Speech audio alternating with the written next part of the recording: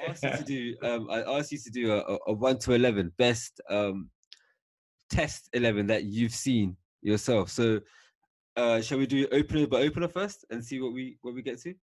My test opener, I had obviously Virender Sehwag. So 104 matches, over 8,000 runs, averaging 49, 2300s. It's very difficult to not have him. And also more than just his average and his runs, it's the way he went about playing cricket, right? Very aggressive, took the game to the bowlers, and more often than not, we were scoring, 100 runs in the first session of a test match, right? So, Yeah. so I think it's difficult to not have him in as an opener. And Yeah. I guess this is the people that I've seen live, right? Yeah. So this is not necessarily people in Indian cricket history. These are the people that I saw live, and he was a big part of my journey through Indian cricket, and so I've saw an awful lot of him basically. Yeah. Yeah. So yeah, Sehwag's in mine. He has to be. Like he Yeah. nearly scored 300 in one day. I think against he's got triple centuries. I think because of the Tendulkar era, you kind of lost shine on some of the other stars that we had, and he was a superstar. What a way to play cricket. Like you just wanted to watch him back. You just wanted, like, if he was there for 1 hour, you knew you're gonna have a great time. And so Viru's of my team, and like my number two. It's a bit controversial, but I had to get him in there. Is actually Pujara. Like I put him as an opener. In my era, I couldn't think of many openers that's actually stood the test of time in Indian cricket. Yeah, like Wasim Jaffer come and go, Gautam Gambhir come and go. And for me, Pujara, I think he averages over 50. Top batsman, glues everything together. So that's my number two. Who did you put as yours? Well, I had the same predicament as you, right? So I was really struggling to think about in my time, who would fit that position, right? Because we didn't really have somebody as an opener at that sort of level as Viru, right? And I did consider also Pujara, right, as my number two. However, I think I've gone with a player, and I think you mentioned him earlier on, that probably doesn't get as much credit or as value in terms of what they brought Indian cricket in all formats, right? So I've gone with Gautam Gambhir. So them two made a pretty good opening partnership in Test cricket. He only played 58 matches, but he scored, over 4,000 runs. And he scored 50s and 100s, right? So he's actually performed pretty well as an opener. I just because, I know this is not the right format, right? But, he was probably our player of the tournament in 2007 when we won the T20, player of the match, should I say, when we won the T20 World Cup. I think if it wasn't for his innings, we probably would have lost against Pakistan.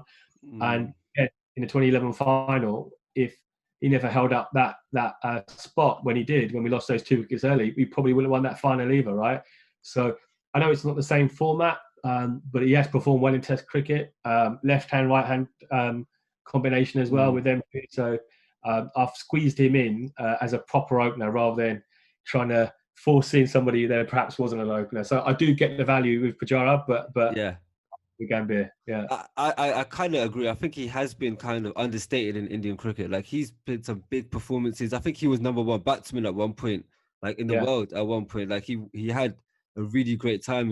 And I think because he's not as flashy and he's not as elegant as a player as some of the other left-handers that we've had, your Gangulis and stuff, that he didn't get that appreciation.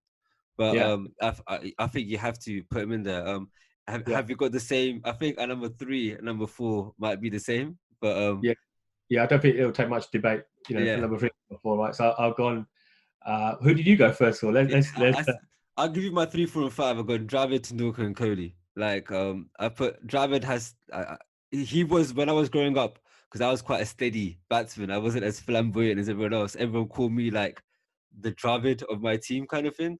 And I just, the thing with Dravid as well, like I've seen a lot of his interviews and a lot of his talks afterwards and the speeches that he gives. He's such an intelligent person and such kind-hearted. Like he's like a family man. And if you saw him on the street, you think he's a doctor or a lawyer or something. You never know he's a cricketer. And to steal the bot, I think he's faced the most deliveries ever in Test cricket history or something like that. So to have that mentality, and he scored runs, and that's what people like to think that he was just a blocker.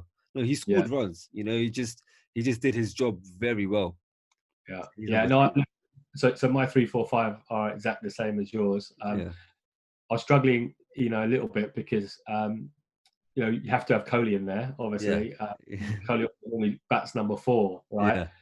But how can you have an Indian Test inside, right? So yeah, I picked the same. And look, Dravid's my favourite Indian cricketer of all time. So for me, I echo everything that you say about him. I think he's, you mentioned earlier on how, players that played in the Sachin era sometimes, did probably get the credit that they deserve. And the guy, if you look at his record, 164 matches, ridiculous amount of runs he scored, for Indian cricket, and the hundreds, etc. He's played, I think, some of the best innings away from home as cricket from India as well, right? Which sometimes people forget. Some of his innings in Perth and Adelaide, toughest conditions, to bat in world cricket, and he's done really, really well there. So yeah, my 3, 4, 5 are the same as yours. Yeah, that's when it gets a bit difficult for me after that, though. Yeah. Yeah. I think we could talk about Tendulkar and Kohli together, actually, because obviously, like, I've grown up Sachin Tendulkar, idol, hero, god of Indian. I'm sure everybody who in my age, or everyone that's ever watched cricket, even though Indian fans, you look at Tendulkar, he's so special. But he played, and the thing with Tendulkar, he faced the West Indian attack of Ambrose, Walsh, the Australian attack, the Pakistan attack, the South African attack with Donald, Pollock, and Teeny. Yeah, like the English attack, even with Anderson and Broad. I know he hasn't got a great record against Anderson, but he's faced all these players, and he still averages like over 50 in Test, and one day like 51 hundreds, and you can't really say anything against him. The only thing with Kohli, though, he's somehow carried that mantle forward. And I didn't even think that was even possible. And he might, in my opinion, he might even be a better one-day player, which is could be blasphemous to say, but he might be. Like, I've never seen somebody consistently win games for a country over batting 3 and chasing. He's a finisher. I think that's a key point there, right? So for me, if you look at Tendulkar's first 120 Test matches compared to his last 80, you could argue that he was a completely different player in that first part of his cricketing journey, if that makes sense. Because, like you said, he played against some of the best bowlers in the world, right? Compared to sort of the latter half of his career, right? Where perhaps he didn't play, the likes of the Ambroses and the Walshes and McGraths and Warnes, etc., right? So I think if you break Sachin's career down into 2, I think his first half of his career, from a Test cricket perspective, was a lot more impressive than the second half was, right? But comparing him to Kohli, I think Kohli's grown as a Test cricketer. So if you look at his first half of his Test career compared to the last few years, he's a completely different player, right? He had to learn his game a slightly different way. Found out in England, obviously, then worked on that and developed that. And I think we'll see the reverse of what we saw with Sachin. I think we'll see Kohli's best performances in Test cricket coming, since the last couple of years and now going forward. So it's interesting, right, that if you compare both cricketers, Sachin did really well in the beginning part of his career against really tough opposition, and I think we'll see the opposite of that with Kohli. I think he'll be better in the second half of his career. But it's very difficult to compare. I mean, I'm the same sort of age as Sachin, right? So I fell in love for the game. My first ever match I saw live, was watching Sachin in Nottingham, when he was a kid, and then I watched his last match live when I went to Wankhede for his last match. So against West Indies. Against West Indies. So me and a bunch of Borough Army guys flew out there to watch his last Test match. So to watch his first match and the last match, so to speak, was something really special. And I think, Kohli will smash his records without a doubt. But that debate of who was the best, I don't think is a debate you can ever really have, because it's subjective in many different ways. But you got to have them both in the side. That's the key point. 100%. And then who's your number 6? I really struggled with this, right? Because I think there's 2 players that, it's difficult to leave them out, if that makes sense, in this squad. But because of the balance of the squad, I was just thinking, who do I have if I was going to have one of them, right? So the 2 that I was debating was Lakshman and Ganguly, right? Because Ganguly, you could argue, is probably one of India's best Test captains over my time, anyway. I think he was the one who changed the mentality of Indian cricket. He was the one who drove that mentality to take the game to the opposition. And be aggressive in the way we play cricket, but also be aggressive on the pitch. So I think I went with Ganguly because I think he'll be my captain of the team, right? But also he's he's a left-hander. He bowls a bit as well. Test cricket, so you can't play that.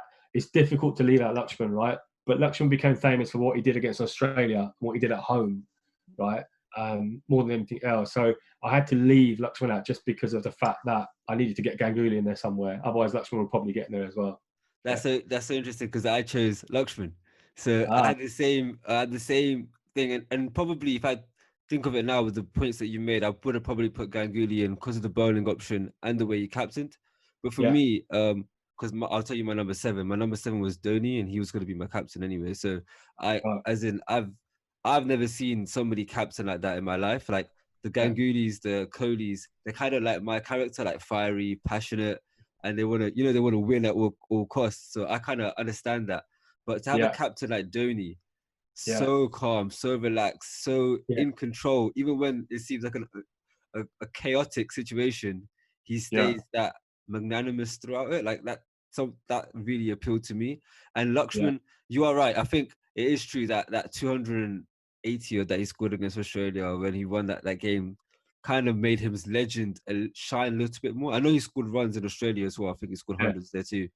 And that did give him a little bit of gloss, but I just love the way he batted. Like he had that complete elegance, the no foot movement, but the hand-eye coordination, and I think it is a toss-up between the two. And I probably would have put Ganguly in after hearing your points, but I put Lakshman in mine. And then number 7 is Dhoni, wicketkeeper and captain.